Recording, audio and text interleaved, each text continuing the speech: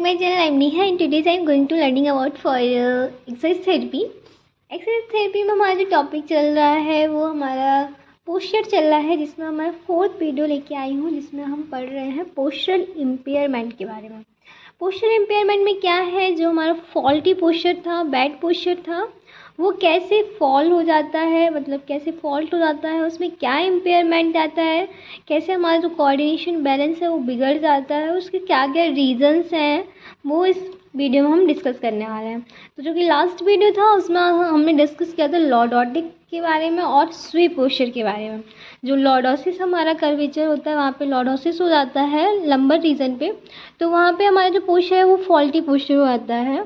और SVEEP posture था जिसमें हमने आपको बताया था कि हमारा जो हिप होता है वो फ्लेक्शन कर जाता है और हमारा जो एब्डोमिनल मसल्स होती है वो आगे की ओर एंटीरियरली स्ट्रेच कर जाती है। तो आज के इस वीडियो में हम थोरेसिक रीजन के बारे में पढ़ने वाले। थोरेसिक रीजन पे क्या होता है, पोस्चर जब इम्पेयरमेंट होता है तो थोरेसिक रीजन पे हमारा जो यहाँ पे एक स्कॉलोसिस हो जाता है, मीन्स जो हमारे स्पाइन का कर्वेचर होता है इस टाइप के, जो थोरेसिक सर्वाइकल, थोरेसिक लंबर, सैकल रीजन पे, तो वहाँ पे क्या है, ये कर्वेचर होता है, तो ये इसमें स्ट्रेस पड़ जाता है। स्ट्रेस पड़ने की वजह से यहाँ की जो मसल्स हैं, जो मसल्स यहाँ पे स्ट्रेच होता है, वीक मसल्स हो जाती हैं, उन बहुत सारे रीजंस होते हैं। जैसे कि रीजन हो गया हमारा पुअर न्यूट्रिशन की वजह से भी होता है, कोई पैथोलॉजी की वजह से हो जाता है, कोई ट्रॉमा की वजह से हो जाता है, तो हमारा जो कर्वेचर है वो यहाँ से फॉल्ट हो जाता है। जैसे कि हमारे थोरेसिक रीजन में है, थोरेसिक रीजन में क्या है, स्क्लेरोसिस हो गया। स्क्लेरोसिस में क्या होता है, जो हमारा थोरेसिक रीजन होता है यहाँ पे हमारा जो कर्व होता है वो, जैसे ये नॉर्मल कर्व, पर थोरेसिक रीजन में क्या होगा, और ज़्यादा कर्व हो जाता है इस टाइप से। ये कर्व क्यों हो जाता है कि जो हमारी लेफ़्ट साइड की मसल्स होती है जो थोरेसिक रीजन पे, सॉरी राइट साइड की जो थोरेसिक रीजन की जो मसल्स होती है, सपोज कर ये हमारा राइट साइड है, ये हमारा लेफ़्ट साइड है, तो जो राइट साइड की जो मसल्स होती हैं थोरेसिक रीजन पे वो थोड़ा सा टिल्ट कर जाती हैं, और जो हमारे लेफ़्ट साइड का जो लंबर रीजन की मसल्स होती हैं, ये हमारा लंबर रीजन हो गया, तो यहाँ पे भी जो यहाँ की मसल्स भी स्ट्रेच कर जाती हैं, जिससे कि हमारा कर्व होता है वो फॉल्टी हो जाता है कर्व। और जो हमारा स्कैपुला होता है, राइट साइड का स्कैपुला होता है, वो भी प्रोमिनेंस हो जाता है। अभी आपको हम डायग्राम दिखाएंगे। तो इसमें क्या है कि हमारा जो कर्व होता है वो पूरा फॉल्ट हो जाता है, इसकी वजह से जो पेशेंट होता है, पेशेंट का पोस्चर भी पूरा फॉल्ट हो जाता है। स्क्लेरोसिस क्या होता है, दो टाइप से होता है, एक स्ट्रक्चरल होता है, एक नॉन स्ट्रक्चरल होता है। अब स्ट्रक्चरल और नॉन स्ट्रक्चरल में क्या होता है कि हमारा जो स्ट्रक्चरल रीजन होता है वो हमारी फिजियोथेरेपी के द्वारा ठीक नहीं होता है, क्योंकि इसमें क्या होता है, हमारी जो मसल्स होती है, न्यूरोमस्कुलर डिजीज़ होती है, इनमें हमारी स्पाइनल कॉर्ड इंजरी हो जाती है, मस्कुलर इंजरी हो जाती है, तो इनकी वजह से इसे हम फिजियोथेरेपी में से ट्रीट नहीं कर सकते हैं, फिर से हम सही नहीं कर सकते। पर क्या है, हमारा जो नॉन स्ट्रक्चरल होता है, नॉन स्ट्रक्चरल में क्या होता है कि ये नॉन स्ट्रक्चरल हमारी मसल्स गार्डनिंग की वजह से हो जाता है, स्टिफनेस की वजह से हो जाता है, मसल डिसफंक्शन की वजह से हो जाता है, मसल्स की वीकनेस की होने की वजह से भी हो जाता है, तो इसे हम नॉन स्ट्रक्चरल का स्क्लेरोसिस को हम फिजियोथेरेपी में ट्रीट कर सकते हैं।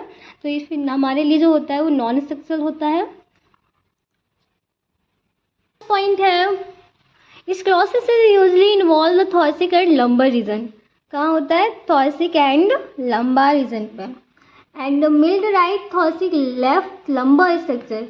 क्या, right thoracic and left lumbar, ये राइट है, ये लेफ्ट है, तो right thoracic and left lumbar क्या कर जाता है, स्ट्रक्चरल स्क्लेरोसिस हो जाता है, and with prominence of right scapula, और राइट साइड की जो स्कैपुला होती है, स्कैपुला बोन होती है, वो भी प्रोमिनेंट होती है, मीन्स वो बाहर से दूर से दिखती है पेशेंट की दिखती है दूर से, तो इससे पता चलता है इसकी स्क्लेरोसिस हुआ है, इसका जो कर्व है वो फॉल्ट कर्व हो गया है।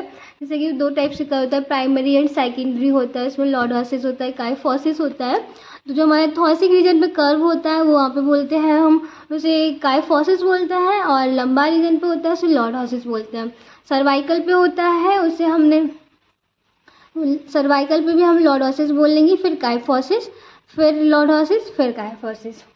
ओके, नेक्स्ट पॉइंट हमारा क्या है, there is mild right thoracic and left lumbar S curve और mild left thoracolumbar C curve.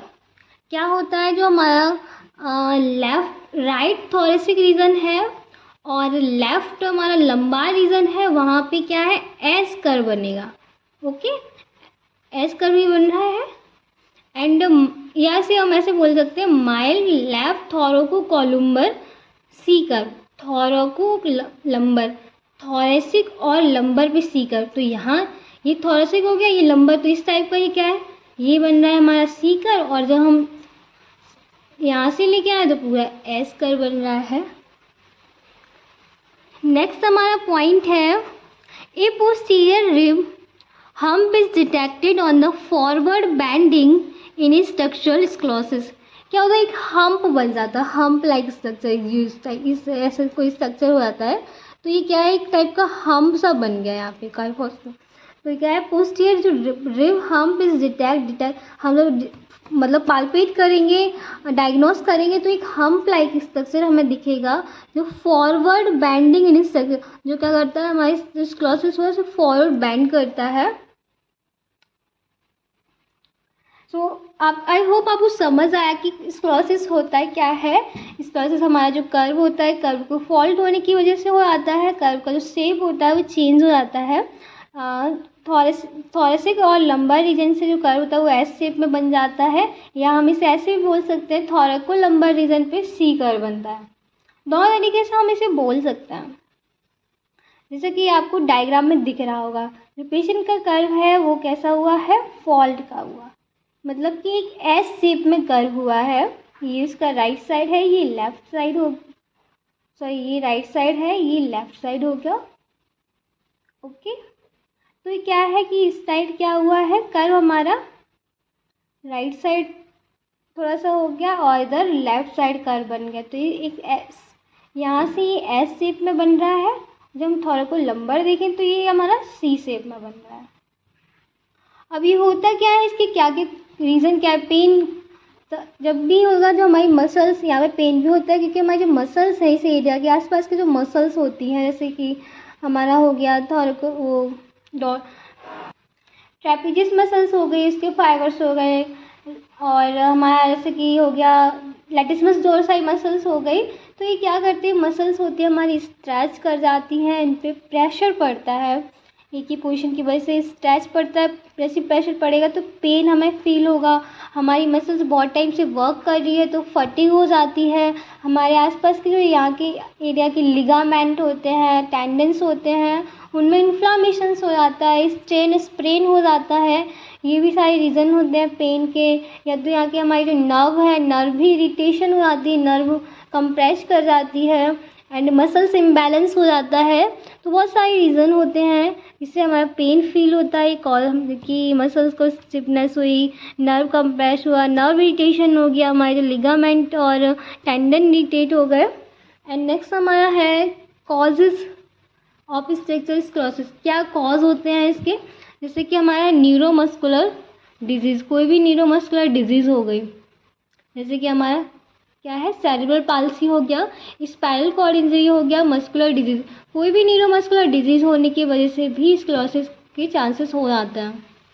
And causes of non structural sclerosis, structural non structural में क्या होता है, मसल्स गार्डनिंग और स्पाज्म, या हमारे जो मसल्स हैं उसमें गार्डनिंग हो जाए या स्पाज्म हो जाए, मसल्स हमारी स्पाज्म में हो जाए, रिजिडिटी आ जाए, पेनफुल स्टिमुलाई हो जाए।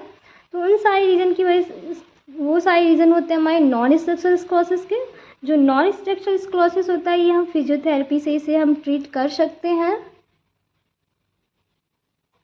और जो हमारा स्ट्रक्चरल स्क्लेरोसिस होता है इसे हम फिजियोथेरेपी से ट्रीट नहीं कर सकते, क्योंकि सेरेब्रल पाल्सी, कोई भी स्पाइनल कॉर्ड इंजरी हो गया, मस्कुलर डिजीज़ है।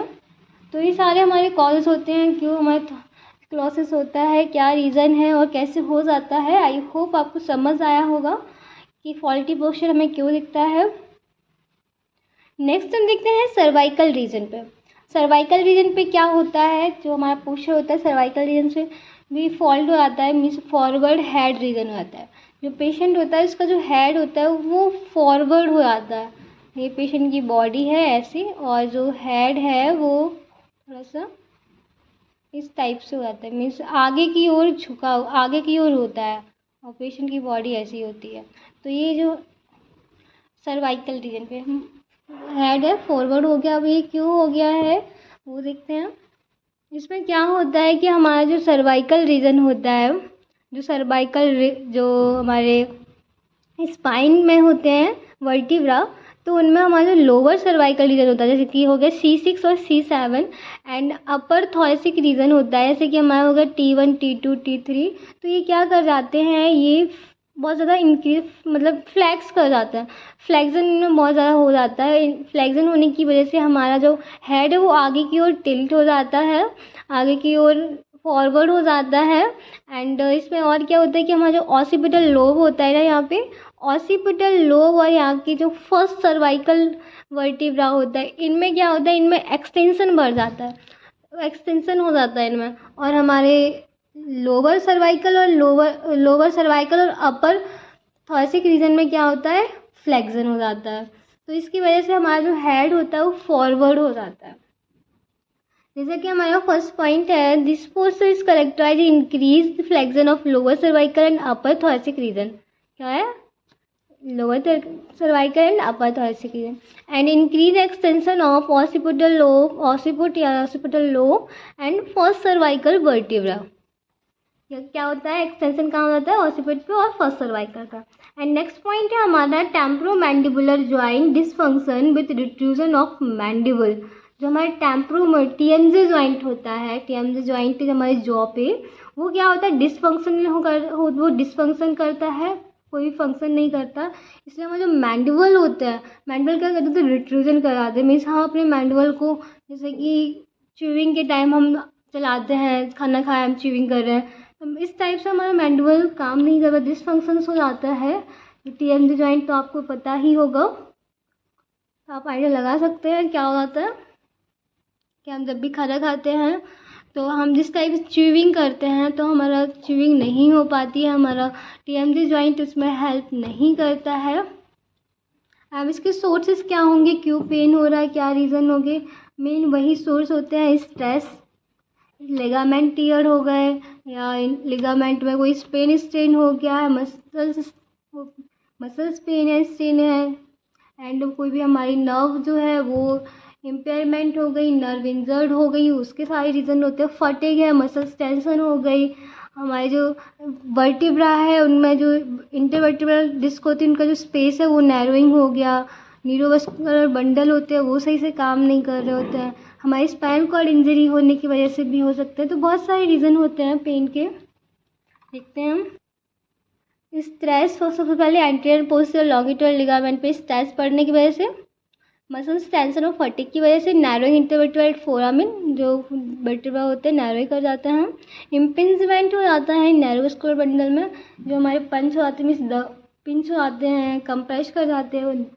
एंड मसल्स इम्पेयरमेंट में क्या होता है, हमारी जो मसल्स होती है, कौन कौन सी मसल्स होती है जो इम्पेयर्ड हो जाती है, जैसे कि हो गया decrease flexibility in levator scapulae and sternocleidomastoid and scalene. क्या होता है, लेवेटर स्कैपुलाई होती है, स्टेनोक्लीडोमास्टॉइड हो गया, स्केलिन हो गया, इनकी फ्लेक्सिबिलिटी होती है वो कम हो जाती है। And stretch and weak and anterior throat muscles, और क्या है, हमारी जो एंटीरियर थ्रॉट मसल्स होती हैं उन पर स्ट्रेच पड़ता है, स्ट्रेच पड़ने के बाद वीक होती हैं, वीक हो जाने की वजह से हमारा जो हेड होता है वो फॉरवर्ड बेंड हो जाता है, हमारी जो सर्वाइकल, लोअर सर्वाइकल और अपर थॉरेसिक रीजन है वो आगे की ओर फ्लेक्स कर जाता है, क्योंकि यहाँ की जो मसल्स है ये इतना सपोर्ट नहीं दे पाती है, क्योंकि स्ट्रेच हो जाता है, वीकेंड हो जाती है। जैसा कि डायग्राम में आपको हम दिखा दें, ये जो पेशेंट है देखो आगे की ओर उसका हेड है वो फॉरवर्ड हुआ है, फॉरवर्ड बेंड हो गया। तो यहाँ की जो मसल्स हैं एंटीरियर वो वाली मसल्स क्या है, इसे सपोर्ट नहीं दे पा रही है, इसलिए ये फॉरवर्ड हो गया, फ्लेक्शन हो गया हमारे सर्वाइकल और थॉरेसिक रीजन का। आई होप आपको समझ आया होगा। तो ये हमारे रीजन से कैसे कैसे हमारा पोस्चर होता है, फॉल्ट होता है, ये एग्ज़ाम में बहुत बार पूछा भी गया है, पूछा भी जाता है। तो इसलिए आपको कोई भी क्वेरी हो तो प्लीज़ कमेंट बॉक्स में कमेंट करके पूछें। Thank you so much for keep supporting me.